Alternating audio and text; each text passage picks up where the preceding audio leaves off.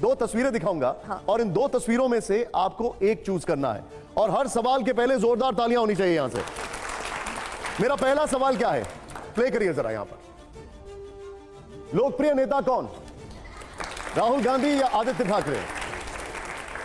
एक तस्वीर।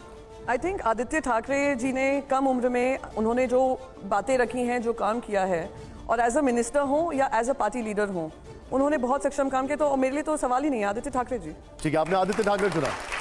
Okay, next सवाल दिखाइए जरा। जी। नेक्स्ट सवाल जो हमारा है, हमारा नेक्स्ट सवाल जरा प्ले ऑन करिए। बेहतर प्रशासक कौन, देवेंद्र फडणवीस या एकनाथ शिंदे? अब मैं एक बात बताऊं, इसमें दोनों ही शासक ठीक नहीं है। एक अनकॉन्स्टिट्यूशनल है और एक इलीगैलिटी के सरदार हैं। दोनों में बेहतर मुख्यमंत्री कौन है? कोई एक तो होगा दोनों में, one out of the not applicable. I am sorry, अगर ये होगा तो मेरा नोटा वोट है। नोटा। सवाल से पहले जोरदार तालियां हो जरा। अब आइए जरा अगला सवाल प्लेस करिए, दिखाइए जरा। हमारा अगला सवाल है, भारत की आदर्श कल्पना क्या है, हिंदू राष्ट्र या सेक्युलर राष्ट्र? मुझे हिंदू और सेक्युलर में अंतर क्या है, आप मुझे समझा दीजिए, फिर मैं वोट दे दूंगी। आप लोग कोई समझा दीजिए, हिंदू और सेक्युलर में अंतर क्या है, तो मैं एक वोट किस आधार पे करूं? कौन बताएगा मुझे? हाँ हाँ हाँ हाँ, आप लाइन बताइए। देखिए, जब आप सेकुलर कहते हैं तो आपातकाल में किया गया वो संशोधन याद आ जाता है जिसमें प्रीएम्बल में सेकुलर जोड़ दिया गया। बाला साहब तो कहते तो ठीक नहीं है। नहीं, मैं आपसे पूछ रहा हूं। मैंने आपसे स्पष्ट कहा ना कि भारत का जो संविधान था, आप बाला साहब ठाकरे जी, बाला साहब तो कहते थे कि सेकुलर राष्ट्र नहीं हो सकता। ठीक है हर्षवर्धन जी, रैपिड फायर को रैपिड फायर ही रखते हैं। एक मिनट प्रियंका जी, ठीक है। By the way, as far as emergency is concerned, उस समय पे इंदिरा गांधी जी उनसे मिली। प्रियंका जी, आपने एक स्टेटमेंट किया कि उसी का पार्ट है, ठीक है। नेक्स्ट सवाल, जरा जोरदार तालियां प्लीज। दूरदर्शी नेता कौन, शरद पवार या Sonia Gandhi ji? I would say Sonia ji. Okay, जोरदार तालियां बजाइए एक बार। जरा अगला सवाल भी हमारा आ रहा है, प्ले करिए जरा। अगला सवाल क्या है, राजनीति में योगदान का क्रम। मैम ये क्रम है, इन दी ऑर्डर ऑफ इंपॉर्टेंस। बाला साहब जी हैं, वाजपेयी जी हैं, मोदी जी हैं और राहुल गांधी जी हैं। तो ये देखिए, आपने दो दौरों में किया है। ये एक है जो एक ऐसा एरा था जो बीत चुका है और एक नया एरा है। तो मैं कहूंगी बाला साहेब ठाकरे जी, अटल बिहारी वाजपेयी जी, राहुल गांधी जी, नरेंद्र मोदी जी। ओके, ठीक है, सीधे अगला सवाल दिखाइए जरा। अगला सवाल प्ले ऑन करिए जरा। और अलायंस था दोनों का, बाला साहेब जी का और अटल बिहारी वाजपेयी जी का। राजनीति में जरूरी क्या है, गठबंधन या विचारधारा?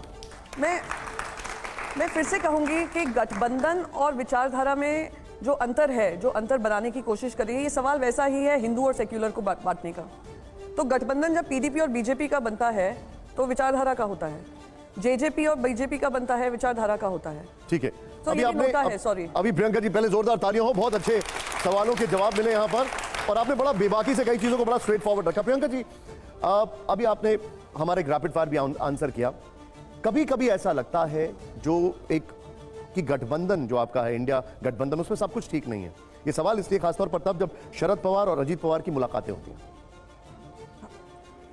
मैं नहीं मानती हूँ उसमें कोई विवाद है कि महाविकास अघाड़ी सरकार एक साथ है या नहीं है।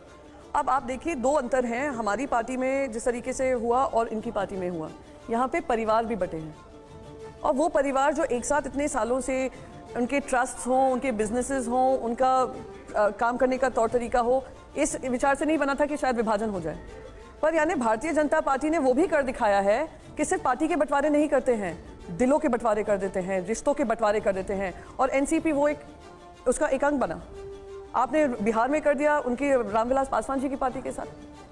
तो आप कितनी कौन सी हद तक गिर सकते हैं कि परिवारों में ही फूट डाल देंगे। ये शरद पवार और अजीत पवार की गुपचुप मुलाकातें हुई तो सामना में लिखा गया, डिप्टी सीएम अजीत पवार बार बार शरद पवार से मुलाकात के लिए जा रहे हैं और मजे की बात यह है कि शरद पवार किसी मुलाकात को टाल नहीं रहे हैं। कुछ मुलाकात खुले तौर पर हुई तो कुछ गुप्त तरीके से हुई, इससे लोगों में भ्रम फैल रहा है। बिल्कुल, तो ये सवाल लाजमी है कि अगर एक मीटिंग हो रही है तो उस मीटिंग की क्लैरिटी अगर जनता, मैं तो कहती हूँ अब जनता ही नहीं, उनकी पार्टी के कार्यकर्ताओं में भी ये सवाल होता होगा जिनका डायरेक्ट रोज का मिलना जुलना ना हो, तो एक फैमिली में ये पार्टी वर्कर्स में ये फीलिंग होगी।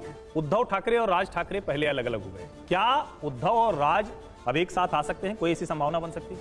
ऐसी कोई संभावना दिख भी नहीं रही है और शायद होगी भी नहीं। ठीक है, अशोक जी। मेरा एक सवाल है प्रियंका जी, कितना विश्वास शरद पवार पे आप लोग रखते हैं? उतना ही विश्वास रखती है जितना अलायंस में विश्वास होना चाहिए और विश्वास पूरा है। राउत जी ने ये कहा था कि जो हमारे सिटिंग एमपीज हैं शायद 19 या जो भी हो संख्या आपकी, कहाँ पे हमारे? हाँ हाँ शिवसेना की, हाँ, हाँ। कि हम उन सीटों को छोड़ेंगे नहीं, हम उन पे लड़ेंगे।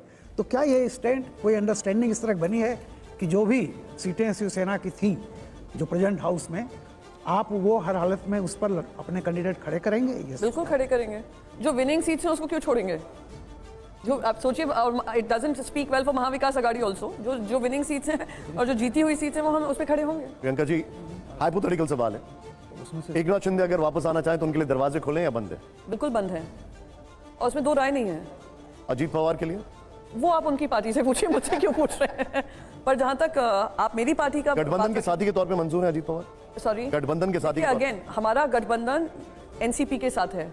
वो किस पार्टी में उनकी कौन सी लीडरशिप है वो तय करने का हक मुझे नहीं है। बीजेपी का हो सकता है, बीजेपी डिसाइड कर लेंगे कब रामविलास पासवान और के अगर बेटे के साथ गला मिलना है, कब उनके चाचा के साथ करना है। चाचा भतीजे में किस तरीके से विवाद कर देंगे, फिर किसके गले लगेंगे। अगर आपकी पार्टी का कोई भी सांसद या कोई भी विधायक वापस आना चाहता है तो आप वेलकम करेंगे उनको? किनके? आपकी पार्टी के? मेरे पार्टी के, फिर से मैं कहूंगी, जिन्होंने उस समय पे हमारा साथ छोड़ा जब उद्धव ठाकरे जी की तबीयत खराब थी, जब उनकी तबीयत इस तरीके से इस कदर खराब थी कि वो लोगों से मिल नहीं पा रहे थे क्योंकि उनकी स्पाइनल इंजरी हुई थी। आप उनके बेटे के बारे में इतना अनाप शनाप बोलते हैं, आप वहाँ की महिलाओं के बारे में, मेरे बारे में अनाप शनाप बोलते हैं, आप उनकी फैमिली मेंबर्स के लिए बिलो द बेल्ट हिट करते हैं, हमारी सीनियर लीडरशिप जो उद्धव साहब के साथ रही उनके बारे में अनाप शनाप बोलते हैं, तो आपके लिए कोई जगह नहीं है। और हमने ये कर दिखाया। हमारी पार्टी में एक ही बार फूट नहीं हुई, ये बड़ी फूट है जो देश को दिख रही है क्योंकि ये बीजेपी से नियोजित है। हमारी पार्टी में इंटरनल फूट भी हुई है, पर हम उसमें से हमेशा उभर कर निकले हैं। आज राज ठाकरे जी पे आपने सवाल उठाया, राज ठाकरे जी भी बहुत बड़े बड़े लोगों की उनसे उम्मीदें थी। जो लोगों की उम्मीदों पे कायम नहीं रहेंगे वो देश का विश्वास कभी नहीं जीत सकते हैं। राज ठाकरे अगर वापस आना चाहते हैं, राज ठाकरे और नहीं, हाइपोथेटिकल क्वेश्चन है, मैं हाइपोथेटिकल क्वेश्चन पे ज्यादा नहीं, पर मैंने आई थिंक क्लियरली जवाब दे दिया।